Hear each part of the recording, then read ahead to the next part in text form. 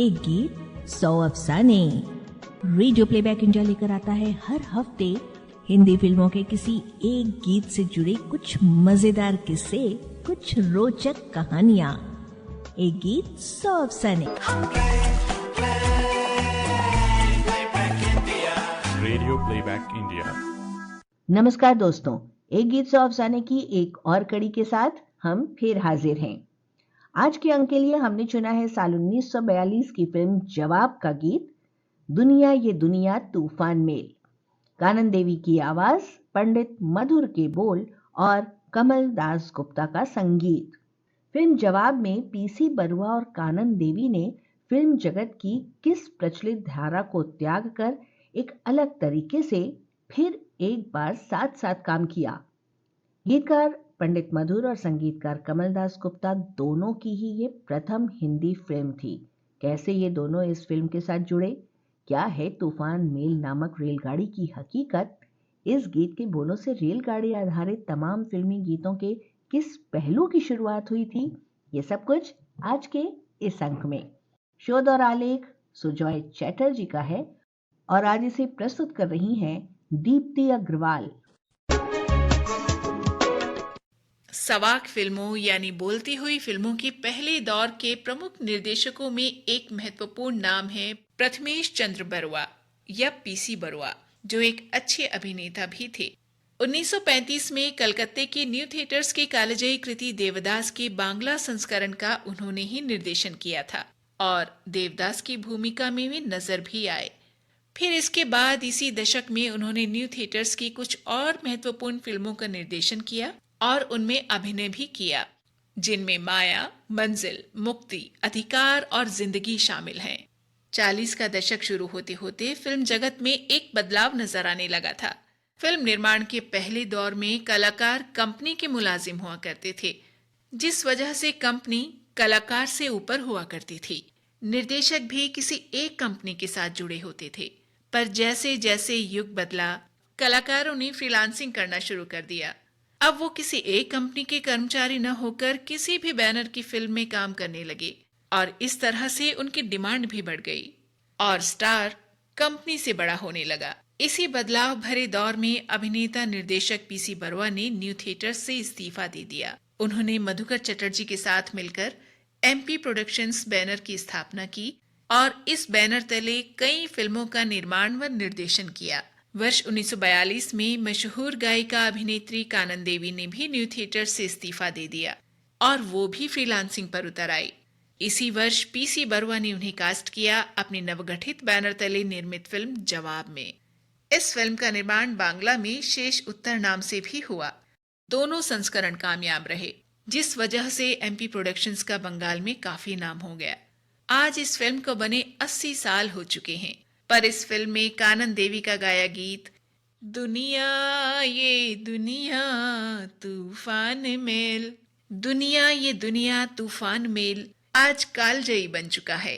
Film जवाब के संगीतकार थे कमल दास गुप्ता, जिनका असली नाम था कमालुद्दीन अहमद और वे पूर्वी बंगाल से ताल्लुक रखते थे, जो अब बांग्लादेश का हिस्सा है।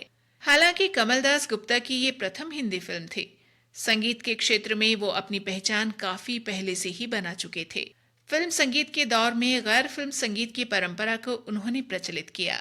उनके संगीत से सजे जगमोहन, धनंजय भट्टाचार्य और जुथिका रॉय जैसे गायक गायिकाओं के गाए गैर फिल्मी गीतों का एक अपना ही अलग जगत है। 1936 से 1942 तक कुछ बंगला फिल्मों में संगीत देने के बाद जवाब और शेष उत्तर में उन्हें संगीत देने का मौका मिला। पीसी बरुआ की वजह से ही कमल दास गुप्ता हिंदी फिल्म जगत में आए और फिल्म जवाब के बाद में बंबई स्थानांतरित भी हुए।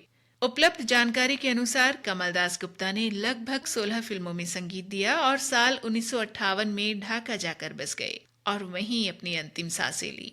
फिल्म जवाब के गाने लिखे पंडित मधुर ने। उनका असली नाम था बुद्धि चंद्र अग्रवाल। उनका जन्म राजस्थान के चुरू जिले में हुआ था। उनके पिता एक वकील थे और उन्हें कहानी लेखन का बड़ा शौक था। वे अपनी कहानी डिक्टेट करते जाते और बेटा बुद्धि चंद्र कागज पर लिखता जाता। इस तरह पिता की कहानियों को लिखते लिखते बालक बुद्धि चंद्र के अंदर भी लिखने का शौक पैदा हुआ। जब साल 1929 में उनके पिता अचानक गुजर गए तब युवा बुद्धिचंद्र ने काम की तलाश में कलकत्ते का रुख किया, क्योंकि उन दिनों कलकत्ते में कला और साहित्य को काफी बढ़ावा मिल रहा था। कलकत्ता में उनकी मुलाकात हुई माणिकलाल डांगी नामक मारवाड़ी रंगकर्मी से, जिन्होंने उन्हें नाटकों के संवाद लिखने की ओर प्रोत्साहित किया। तब बुद्धिचंद्र अग्रवाल ने पंडित मधुर के छद्म नाम से अपना पहला नाटक लिखा, अमर बलिदान। इस नाटक के मंचन से उनका काफी नाम हुआ। एक ग्रामोफोन कंपनी के मालिक जीएन घोष ने उन्हें अपनी कंपनी के लिए नाटक लिखने का निमंत्रण दिया। जब ग्रामोफोन रिकॉर्ड्स पर पंडित मधुर के लिखे नाटक जारी होने लगे तो पारसी थिएटर कंपनियों की नजर भी उन पर पड़ी। कुल मिलाकर पंडित मधुर ने इस दौरान 55 नाटक लिखे। उनका नाम दूर दूर तक फैल चुका था। इसलिए जब पीसी बरुआ ने फिल्म जवाब प्लान की, तब उनके मन में पंडित मधुर से गाने लिखवाने का विचार आया। बस फिर क्या था, पंडित मधुर एक नाट्यकार से गीतकार भी बन गए। फिल्म जवाब के गाने भी उनके लिखे नाटकों की तरह ही लोकप्रिय हुए। तूफान मेल गीत के अलावा कानन देवी और असित बरन का गाया युगल गीत दूर देश का रहने वाला आया देश पर आए भी अपने जमाने का हिट गीत था। राग हमीर पर आधारित अनिमा दास गुप्ता का गाया दुल्हनिया छमा छम चली भी बहुत ही मनमोहक रचना थी इस फिल्म की। दोस्तों, अब हम बात करेंगे आज के गीत की। कहानी में इस गीत की सार्थकता को समझने के लिए कहानी का सार जान लेना जरूरी है। फिल्म जवाब की कहानी कुछ यूं है कि पीसी बरुआ द्वारा निभाया चरित्र मनोज एक अमीर, आत्मलीन और अंतर्मुखी युवक है। उसके स्वभाव को बदलने के लिए उसके परिवार वाले उसे उसके भावी ससुराल वाले शहर में भेज देते हैं, लेकिन बदकिस्मती से वो रास्ता भटक जाता है और एक दूसरे छोटे से शहर में पहुंच जाता है। वहां के रेलवे स्टेशन मास्टर उसे आश्रय देते हैं और उनकी बेटी मीना यानी फिल्म की नायिका कानन देवी उनकी खूब मन लगाकर देखभाल करती है। मनोज मीना के प्यार में पड़ जाता है। इस बीच दोनों स्थानों पर उसकी तलाश शुरू हो जाती है। किन्हीं कारणों से मनोज की भावी पत्नी रंभा, जिसके चरित्र को पर्दे पर अभिनेत्री जमुना ने साकार किया, उसी शहर में आती है जहां मनोज रह रहा है। और फिर शुरू होता है मनोज, मीना और रंभा के बीच आपसी टकराव, मनमुटाव और गलतफहमियां। अब दोनों महिलाएं मनोज से चाहती हैं जवाब।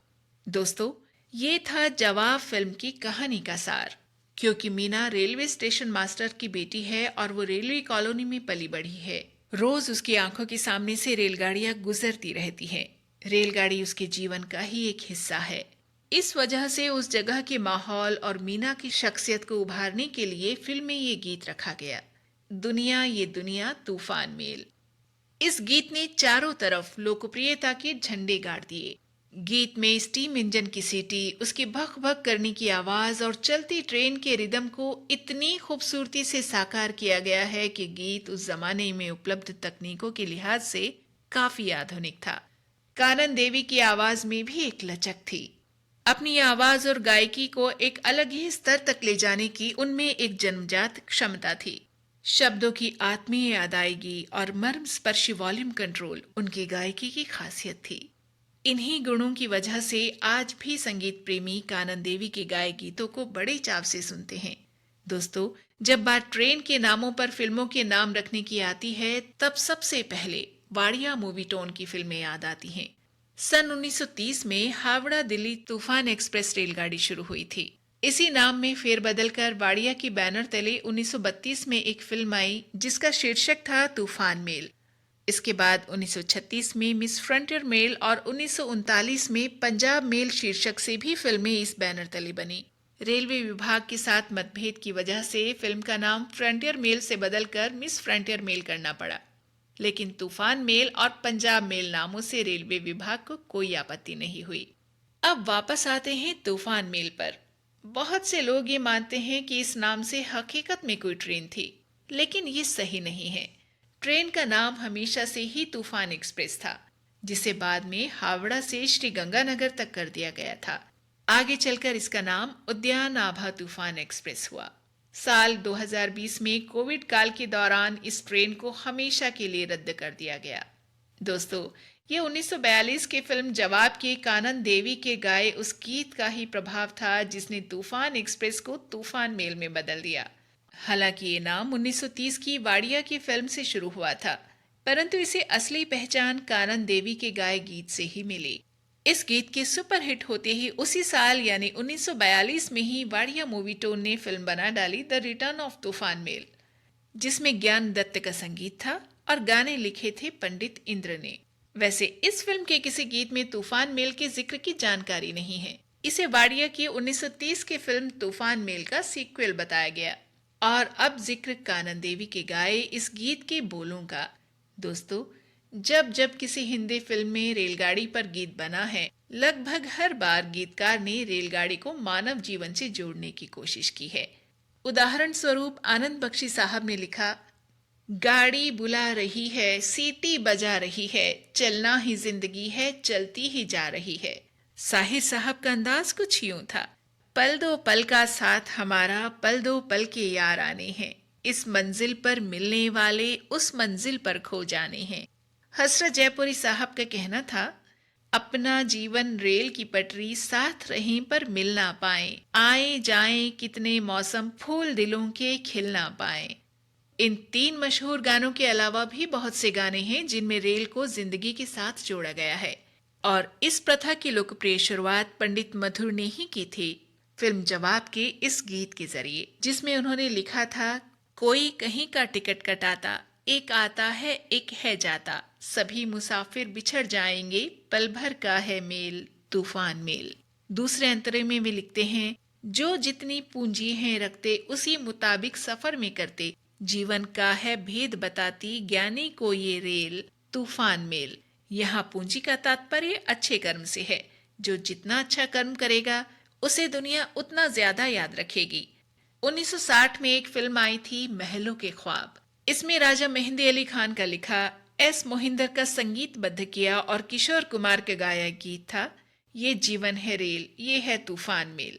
इस गीत में काल्पनिक तूफान मेल भी है और वहीं जिंदगी का फलसफा भी। राजा जी लिखते हैं, चली आहों का धुआं उड़ाए रे, न तो सिग्नल झुके न ये कहीं पे रुके।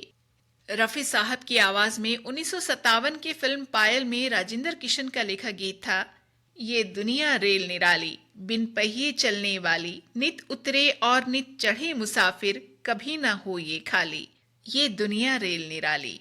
दोस्तों, कहने का अर्थ ये है कि जब जब रेल पर गाने लिखे गए, उन्हें जीवन के दर्शन से जोड़ा गया। और इस लड़ी में फिल्म जवाब का गीत दुनिया ये दुनिया तूफान मेल यकीनन एक शुरुआती कदम था। तूफान मेल नामक काल्पनिक रेलगाड़ी वाकई काफी प्रभावशाली सिद्ध हुई। तो दोस्तों, आज बस इतना ही। अगले सप्ताह फिर किसी गीत से जुड़े किस्सों और अफसानों को लेकर हम फिर हाजिर होंगे। तब तक के लिए इजाजत दीजिए। नमस्कार। एक गीत 100 अफसाने। Radio playback India.